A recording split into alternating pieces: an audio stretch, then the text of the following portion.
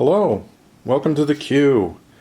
Here is some expansion sets for the Global War 36 game, version 3, and the Elite Fighter Squadrons. These are the cards that I showed you in the last video. I've got them cut up now. And they come with these chips for the individual fighter squadrons. They do have, well, they have an option in there where you can get the planes as well, I think in 3D, that match those, but they were sold out, so I just have the chips. The Battle for the Atlantic is actually two different expansions. One for the Germans, and you can see comes with a couple Condor bombers and some subs and convoy or commerce raiders, and then the Battle for the Atlantic for the Allies, and it has a lot more units in it, well, because they're defending, so you got some Allied or US and some British units in there, and we'll take a look at those, but let's look at the Elite Fighter Squadron first. So here's a closer look at the historical board gaming expansion, Elite Fighter Squadrons. And before I get into that, I'm going to guess that when I saw this before, I didn't like the idea of all these chips, and certainly, you got to move that around the board, and it gets knocked off, and where does it go? So I'm not a big fan of all the chips under units, just because it's just too messy. So here's why I bought it this time. They have, and I say that, Historical Board Gaming has drilled a little hole, and I don't know that you'll ever see that, but it fits perfectly, and these flight stands are also available now on HBG's site. And I think it's the old flight stand that I never want to grow up .com used to sell, but it's got the little hole and it slides on there. Okay, so that's pretty cool. So if that's the one you got, you slap your fighter on there, and now, whoop, just kind of off the magnet anyway. So as you're looking at that, now you can move that around the board. Looks like it's out of focus, so I'll put it back down. Now that marker stays with the plane because it slips right onto the flight stand. So I bought some flight stands to go with it. They didn't come with the set, but I will say that's probably why I'm looking forward to using this on our next game. Here's the gist of how the Elite Fighter Squadron works. You've got 5 markers from each alliance. So you've got, where's the 5th common turn? I think it's this one. So you've got 5 that are common turn, 5 that are allies, excuse me, and 5 that are axis. And they're in separate cups, and at the beginning of each calendar turn, each alliance will roll a dice on a 7 to 12. They succeed. I just kicked the tripod. That was nice. They succeed, so they get to draw one of the, a random chip out of the their pool. And if they are at war, and if the chip meets certain other requirements, then they get to place that out, on the board.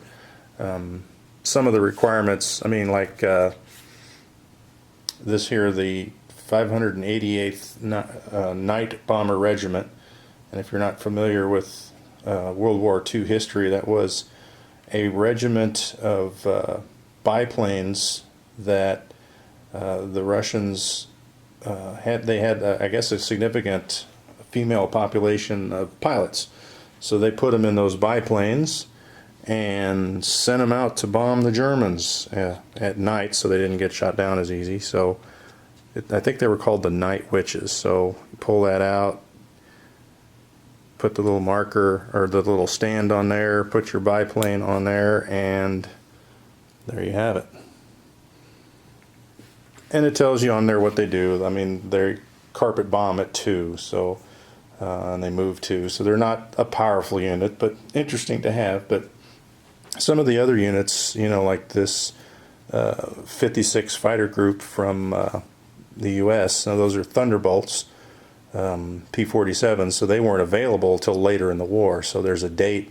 So if you pull that one early in the war, even if you're at war with Japan or the Axis, you still can't have it because there's an availability date on there.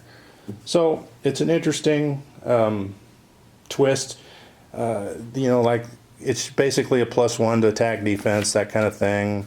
Some of them, they do different things, but most of them are in that range.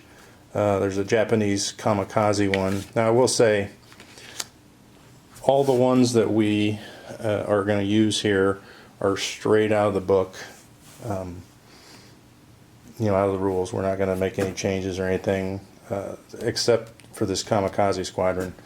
Because basically, if you pull this, in the game, you get 6 kamikazes per game. This is basically just a 7th. So I don't know.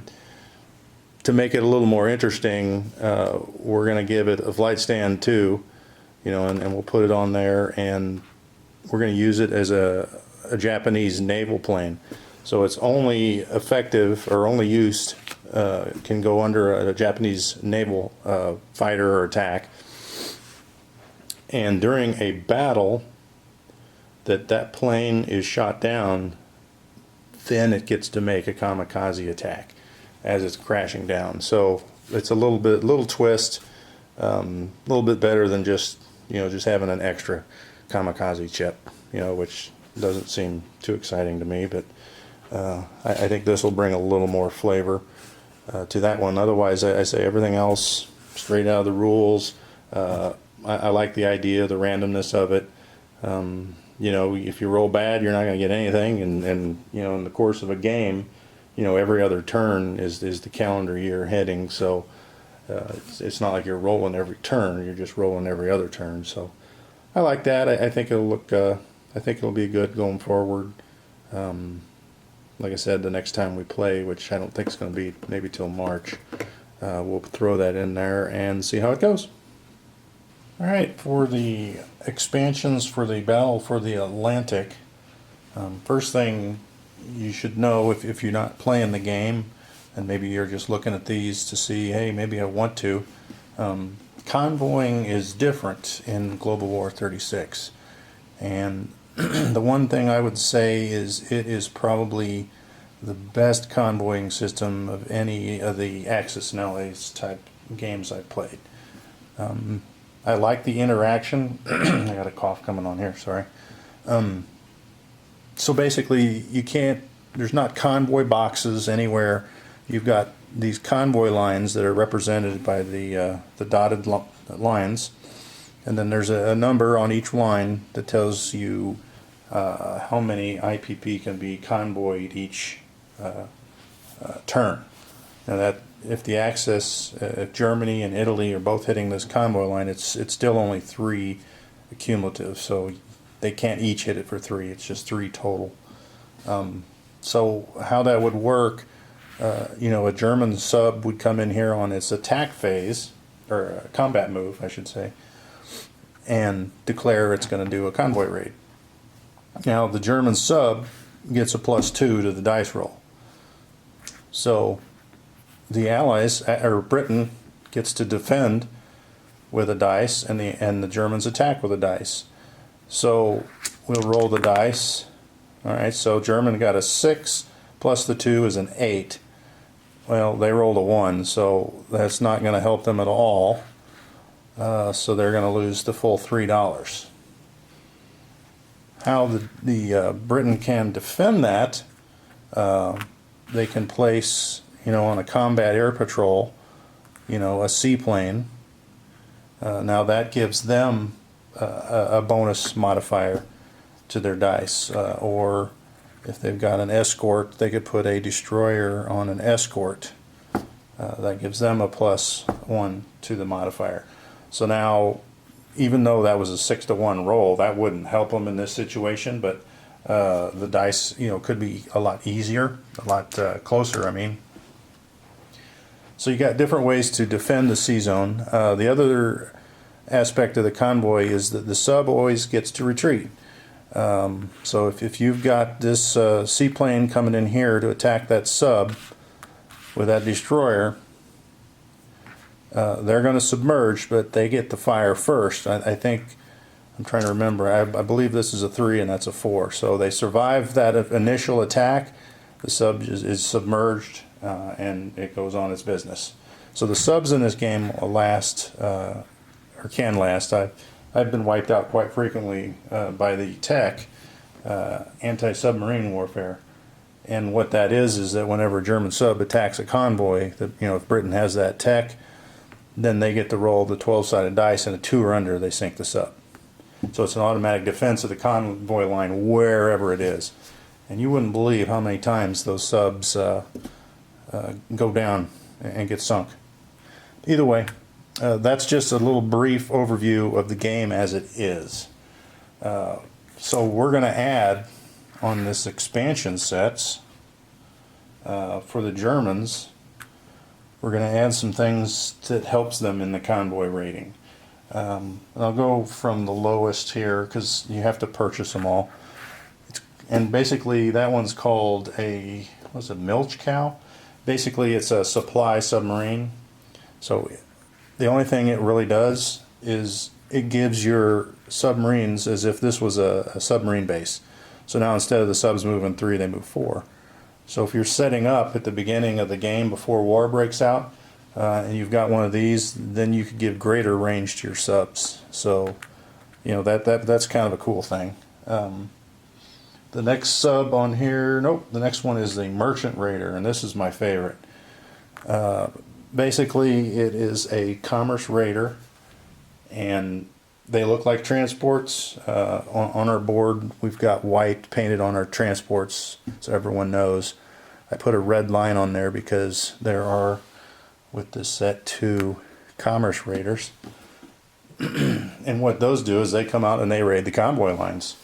And they have, I think it's just a +1 modifier, but they also have the advantage of they can run like a sub. So if this destroyer comes at this convoy raider, which, it would want to run, the destroyer gets 1 shot at it. So the destroyer's firing at a 4.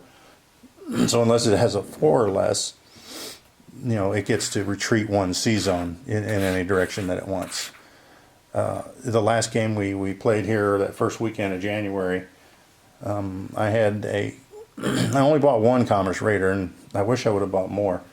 But by the time it was, down here and away from the big British fleets, the war had already started, so I couldn't have got one out. But it basically convoy raided the whole game from Gibraltar all the way to India, into the Dutch East Indies. Well, they weren't Dutch anymore, but there's a convoy line there for Anzac. And it survived the whole game, and it was attacked several times. It just, the dice rolls kept it going, and it was a fun part of the convoy raiding. Next on the line in the expansion is, it comes with 2 subs that have anti-aircraft guns on them. So they don't attack. I think their attack is limited to a +1 to the convoy instead of a normal +2. But they also get an anti-aircraft roll, say if there was a seaplane in there. So that was interesting. I wish there was a way we could hide these and designate the sub so that the Allies wouldn't know which one is the anti-aircraft until they came in there, and then, oh, surprise, surprise. But that's not the case. The last unit that comes in the set is these Condor convoy raiders, and the only thing they can do, they can convoy raid or they can attack naval units. So they're strictly 100% naval, no strategic bombing, no bombing of land units. But they are, they have a, I'm trying to think what the word is here, I'm losing, their patrol range, that's what it was. their patrol range is 2, so it's like a seaplane. So they can be 2 off the coast.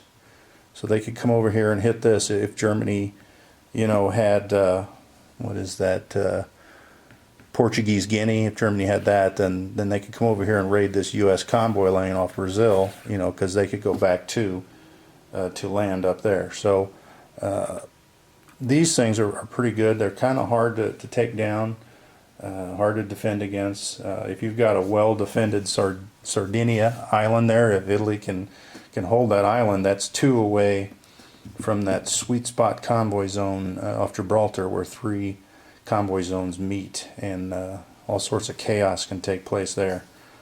So, like I said, you get a second one of these too. I think there was a third sub, but it was a little bent, and when I tried to straighten it, it snapped in half. But that's the price you pay for 3D modeling. So that is the, I'll get them out of there. That is the German expansion, and there is a sheet that comes, I slide them all up, and if you see that, it has everything you need to know on one sheet. Absolutely love that, because now you don't have to look around, oh, what does that Condor do again? What about those convoy raiders? Alright, so that's pretty cool, and I will move on to the Allies side now. The Allies has the same sheet in their setup, so I think they did a really good job at that.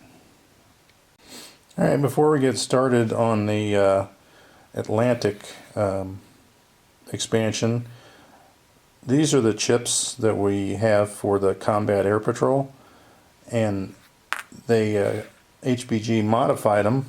They came out with a round one that has a hole, whoop, and it fits in a flight stand. Man, I can't keep that up there. So that is so much better, because like I said, now it sits on a flight stand, your plane sits on top, and away you go. I don't think I have a magnet on this. No, I don't, so I can't put it on there. So that's pretty cool. I bought some of those as well, because, and then there's some with the anti-shipping warfare symbol on there.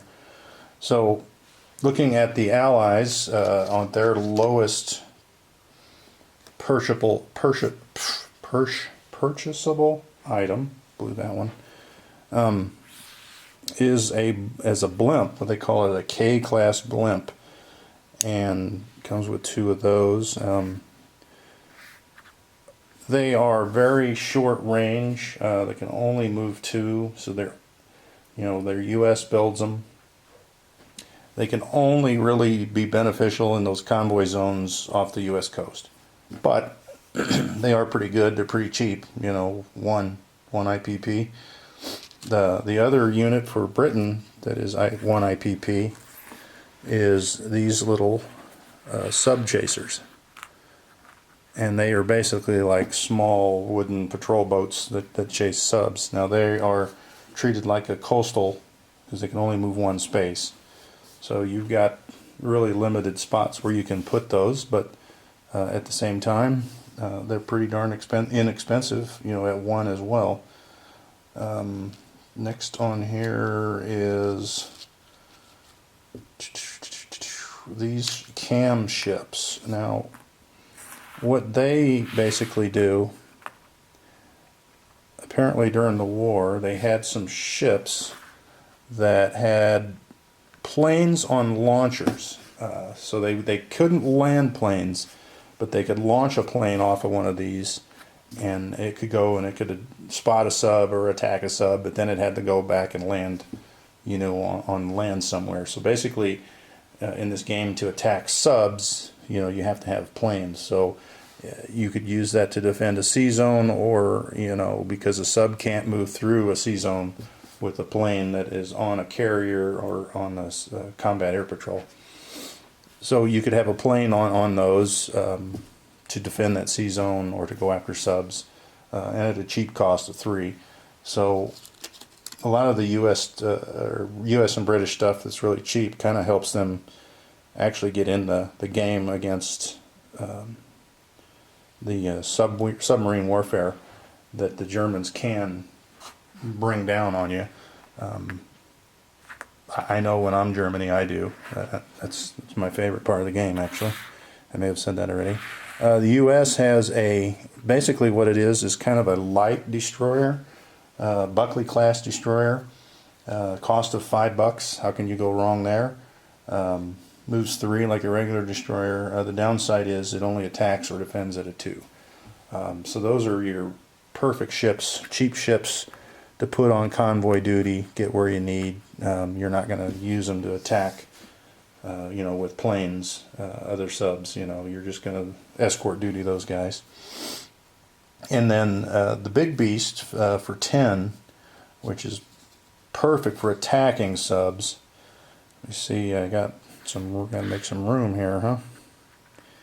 Alright, and this is a B-24 Liberator, but it is specifically set up. I put one in British and one in US colors. It's basically designed like the Condor. It can only perform naval attack duties. So it can attack the subs. It can go on combat air patrol. Has a patrol range of 2, like a seaplane. Regular planes have a patrol range of 1, or if they're on a ship. So those, and I think you have to have the technology developed to use these. The heavy bombers, maybe. It doesn't say. I'm looking at this British sheet here, and it doesn't say on there what the tech is you got to have, but I know that I think you have to have the heavy bombers. U.S. has to have heavy bombers for them to buy those, which is part of, I think, their victory condition anyway. But either way, so there's the set of Battle for Atlantic for the Allies versions, which they say the Allies strike back. I think that's kind of funny. So anyway, it gives a lot of cheap options for the Allies to get some escort duty type ships in the fray, and then for later in the war you got these really to go after the German subs. With a movement of 6, you can cover quite a bit of the Atlantic, with bases in different spots. So you can go after those subs, a little easier. And as it should be, as the war drags on, the subs, the German subs, Italian subs, pretty much they get cornered and extinguished. But that's how the game goes, and it's fun up until that point. And it's fun as well because when I've been Britain defending against that. I mean, the whole dynamic of the convoy system. In this game, like I said, I think it's my favorite part of the game, and these 2 expansions by far are my favorite so far to date. So I hope you enjoyed looking at these expansion sets for Historical Board Gaming's Global War 1936. Until next time, keep rolling.